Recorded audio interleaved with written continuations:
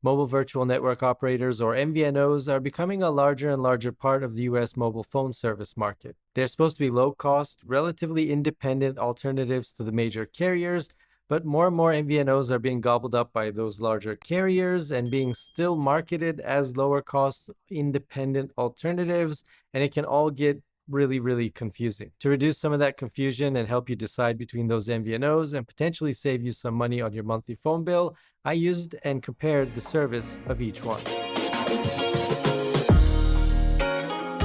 Hi everybody, foXnoMad here, and today I want to help you travel smarter by going through some of the major MVNOs and showing you what they offer, how much they cost, and help you decide on which one might be the best for you.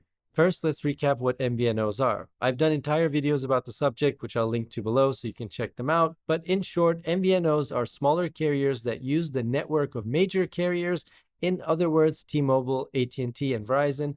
Those companies actually own the actual cell towers, and MVNOs rent space on those networks and resell them to consumers, usually at a lower cost. There are three main reasons why MVNOs can typically offer you lower monthly rates than the major carriers. And the first is they don't have to build cell towers, they don't have to maintain cell towers, so they don't actually have to worry about the physical hardware or the upkeep or maintaining all of those towers to keep you connected. The second reason is that most MVNOs don't have physical stores, although this is changing, so they don't have to pay rent, and they basically run a very streamlined operation where most things are done online, where you can get a new phone online, you can, maintain your account, and they don't have physical stores where you're going in and like trading in a phone, for example. And the third reason is that most MVNOs don't have priority on the network that they're using. What that means is if you're at a crowded stadium or concert or somewhere where there are a lot of mobile devices trying to connect to a particular cell tower, the major carriers will prioritize their customers over MVNO customers. Make sense so far? Well, to complicate things just a little bit, many MVNOs are completely independent entities, but a lot more MVNOs now are actually owned by the major carriers. And that's because what's been happening lately is once an MVNO gets popular enough, the major carriers tend to acquire it. They usually keep the branding and are marketed separately, but aren't really independent anymore. And that's what happened with Mint Mobile, for example. Mint Mobile was acquired by T-Mobile, even though their marketing, their website, everything still remains separate. It's a part of T-Mobile. Speaking of Mint Mobile, though, let's start with them. As I mentioned, Mint Mobile is no longer an independent MVNO, and since T-Mobile acquired them, things have been getting a little bit worse. They've nixed their exceptional international plans for something more conventional and are no longer competition to the major carriers, but just a part of one now. Like all MVNOs, you'll need to consider the service coverage around where you live and travel most. Mint Mobile uses T-Mobile's towers, so if you don't get coverage with them, look elsewhere. Generally, T-Mobile doesn't have the best coverage in rural areas, and like other MVNOs, if you're using Mint Mobile, you won't get priority on T-Mobile's network. Mint Mobile's pricing, though, is still competitive. You can get 3 months of service for $90 with unlimited talk, text, and data, but their minimum plans do require a 3-month sign-up.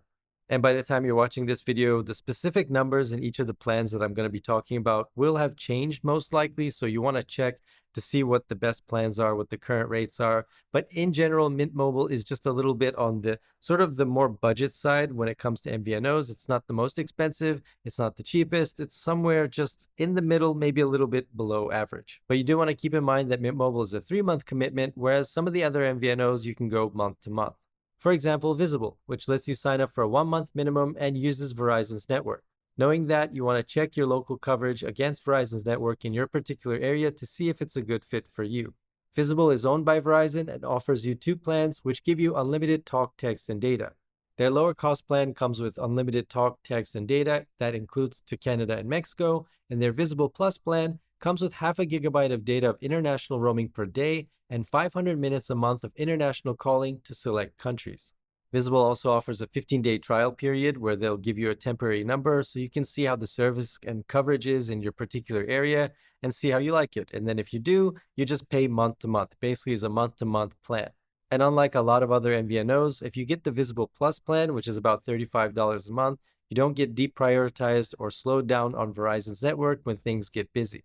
Now, that plan is maybe a little bit more expensive than some of the other plans available for MVNOs, but you don't get deprioritized on the network, so you get fast internet speeds, you get unlimited talk, text, and data, and you can pay month to month.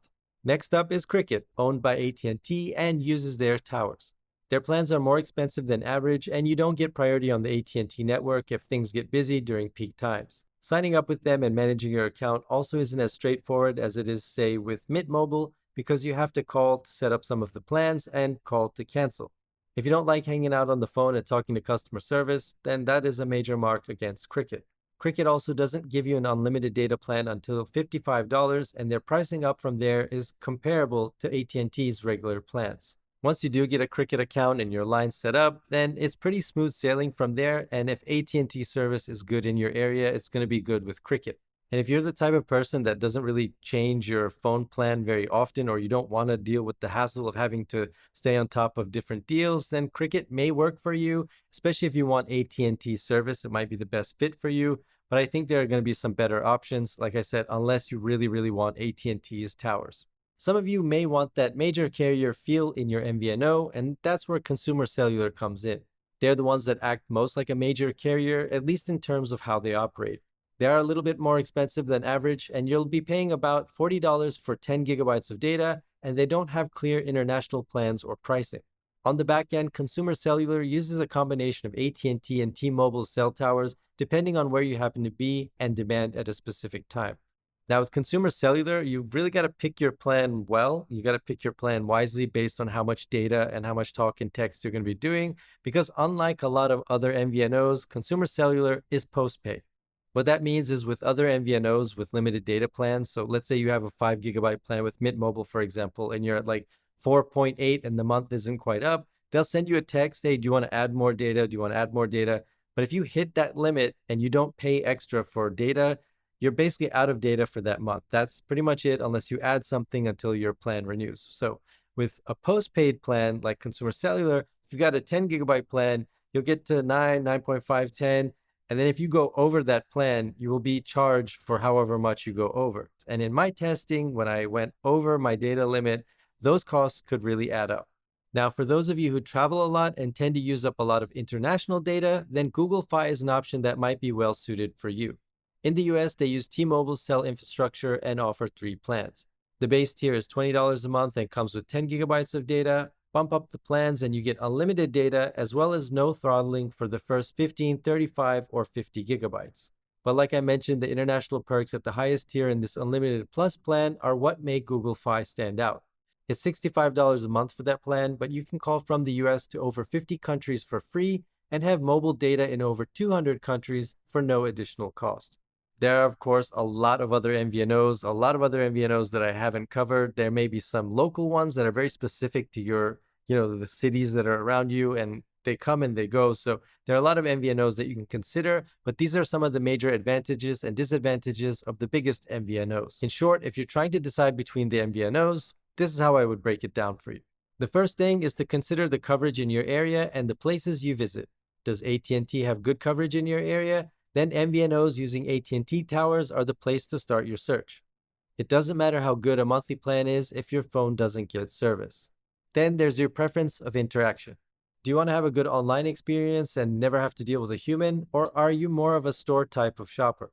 Mint excels in the online area, and for brick and mortar, Consumer Cellular has kiosks in many target locations. Cricket and Visible are hybrid. Depending on where you happen to be, there may or may not be a store nearby. Pretty much all the MVNOs, you can take your number with you from wherever carrier, whatever service you're using now, and bring it over to the MVNO. And if you've paid off your phone, it's even easier to switch. But a lot of the MVNOs also offer subsidizing your phone, so where you pay monthly for a phone over a year or two, so you get a phone as well with your plan. Lastly, if you're looking for family plans, most MVNOs support multiple lines, some with better group deals than others. Google Fi is probably the least flexible when it comes to multiple lines, whereas Cricket is a little bit more cost-effective for family plans. Shopping for an MVNO is a lot like shopping for any other phone plan. It's going to come down to the coverage and the cost, as well as the specific perks that may be relevant for you. That could be hotspotting, that could be international data. It really depends on your particular use case. And if I were to sum it up, I'd say Visible probably has the most overlap. So if we're going to do a Venn diagram of all of those things, Visible probably has the most overlap when it compares to other MVNOs. But again, it depends on the coverage and the cost and the things that you're going to be using the MVNO specifically for. Visible also has a decent amount of international roaming and international perks, But if you travel frequently, if you're going out of the country a lot and you want to be able to use your phone in a lot of different countries, then I think you should take a look at Google Fi. Mint is probably the easiest one of all these MVNOs to set up because it's all online. It's very intuitive. It's very easy to set up, although it does require a 3-month commitment. But if that doesn't bother you and you don't need the international roaming, which is a feature that they've definitely made worse recently, if you don't need international roaming, then Mint Mobile might be a good option for you.